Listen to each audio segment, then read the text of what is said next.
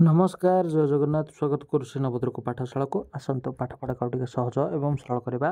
तो आज आम आलोचना करवा उत्तम नागरिकतार धारणा concept of good citizenship ethics value 2 तार जो अच्छी से इवी 2 रो सेकेंड सेमिस्टर एथिक्स वैल्यू। तो से विषय यहाँ अच्छी उत्तम नागरिकतार धारणा यूनिट 2 अच्छी यूनिट 1 आम प्रथम आलोचना कर सारी जो मैंने वीडियो देखी ना जल्दी जाकि वीडियो देखीदे। तो नोट्स और पीडीएफ पाइबा निश्चित भाव में टेलीग्राम चैनल जॉइन हो लिंक अच्छी आउ चैनल को निश्चित भाव में सब्सक्राइब करेंगे जो दिन अच्छा। तो देखिए प्रथम कौन उत्तम नागरिकतार धारणा। आदर्श नागरिक प्रत्येक समाज पर एक मूल्यवान संपत्ति। नागरिक मानकर नागरिक गुण अभाव कौन देश सफल हो पार ना। वास्तव में एकदा सर्वश्रेष्ठ होबार गर्व यार नागरिक मान महानतार मध्य अच्छी। देशप्रेमी अपेक्षा जड़े आदर्श नागरिक होगा अधिक गुरुत्वपूर्ण। प्रश्न उठे जड़े भल नागरिक होबार अर्थ कौन।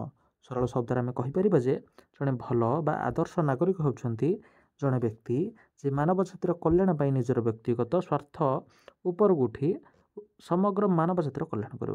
उत्तम नागरिक किए आदर्श नागरिक किए जे निजर स्वार्थ ठार ऊर्ध्वर उठी निज स्वार्थ को पछरे पकई कल्याणर समाजर कल्याण पर निजक उत्सर्गित करे निजक जे बलिदान देव सी ही हूँ कि उत्तम नागरिक। आदर्श नागरिक जो थे व्यक्तिर कौन स्वार्थपरता रहा बरम से समग्र समाजर कल्याण पर निजर स्वार्थ को बलिदान देव मानविकता प्रति विश्वस्तता होची भल नागरिकर परिचय। जहाँ जड़े व्यक्ति को उत्तम नागरिक कि भल नागरिकत्व परिणत करें से गुण गुड़िकर विस्तृत व्याख्या करागला। उत्तम नागरिकर गुण कौन कौन हो पार। गोटे गुण हम तार शिक्षा। उत्तम नागरिकर गोटे भल गुण हम कौन शिक्षा। गणतंत्र सफलता पर नागरिक माने शिक्षित होगा आवश्यक। शिक्षा नागरिक मान मध्य नैतिकतार भावना सृष्टि करे। नागरिक माने केवल शिक्षा माध्यम से कर्तव्य और अधिकार विषय अवगत हो पारे। शिक्षा बिना मनुष्यर मानसिक आध्यात्मिक नैतिक सामाजिक और राजनैतिक विकास असंभव। अशिक्षित व्यक्ति जातीय तथा अंतर्जातीय समस्या बुझा असमर्थ अटे। जदि कहुए गणतंत्र केवल शिक्षित लोकों तेज यह भूल हेब नहीं। बुद्धि ज्ञान एवं प्रतिबद्धता आदर्श नागरिकतार 3टी गुण ये यही उपाय आम कहीपर जे शिक्षित होगा जड़े भल नागरिकर एक गुरुत्वपूर्ण गुण और उत्तम नागरिकतार एक प्रमुख वैशिष्ट्य। तापर देखा नागरिक बा सामाजिक गुण देखा सिविक वर्च्यूज। जड़े आदर्श नागरिक बा सामाजिक गुण रहा अत्यंत गुरुत्वपूर्ण।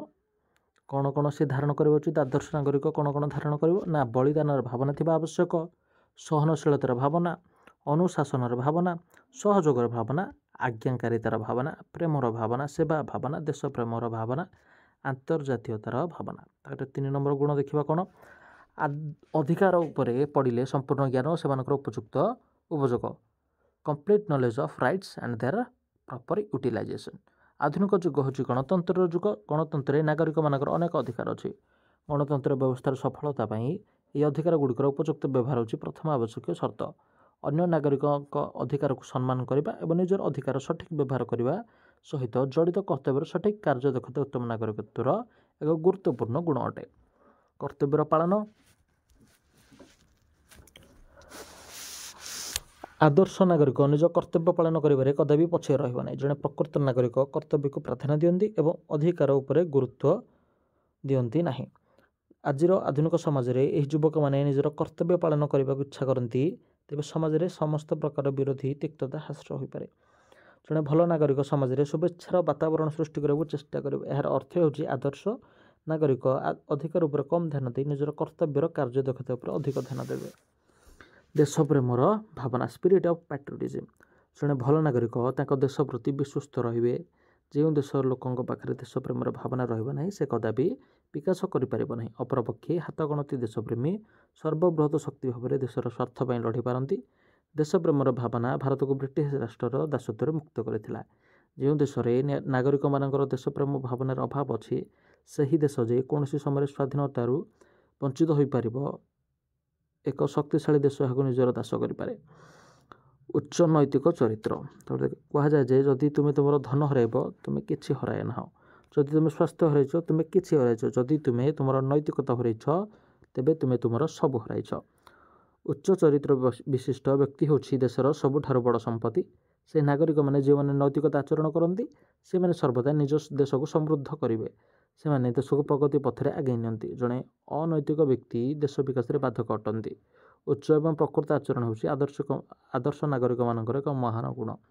ନାଗରିକର ଉଚ୍ଚ ନୈତିକ ଆଚରଣ ହେଉଛି ତା'ର ଚରିତ୍ରର ଆଧାର। ତେଣୁ ଉତ୍ତମ ନାଗରିକତ୍ୱର ମୁଖ୍ୟ ଗୁଣ ହେଉଛି ନୈତିକତା। ତବେ ଦେଖିବା ଉତ୍ତମ ଅର୍ଥନୈତିକ ଅବସ୍ଥା, ଗୁଡ୍ ଇକୋନୋମିକ୍ କଣ୍ଡିସନ୍। ଆଦର୍ଶ ନାଗରିକତା ପାଇବା ପାଇଁ ଜଣେ ନାଗରିକ ଭଲ ଅର୍ଥନୈତିକ ଅବସ୍ଥା ଅତ୍ୟନ୍ତ ଆବଶ୍ୟକ। ଯେଉଁମାନେ ଦାରିଦ୍ର୍ୟର ଶିକାର ହେଉଛନ୍ତି ସେମାନେ ଦେଶ ତଥା ସମାଜ ପ୍ରତି ନିଜର କର୍ତ୍ତବ୍ୟ ଠିକ୍ ରୂପେ ସମ୍ପାଦନ କରିପାରିବେ ନାହିଁ।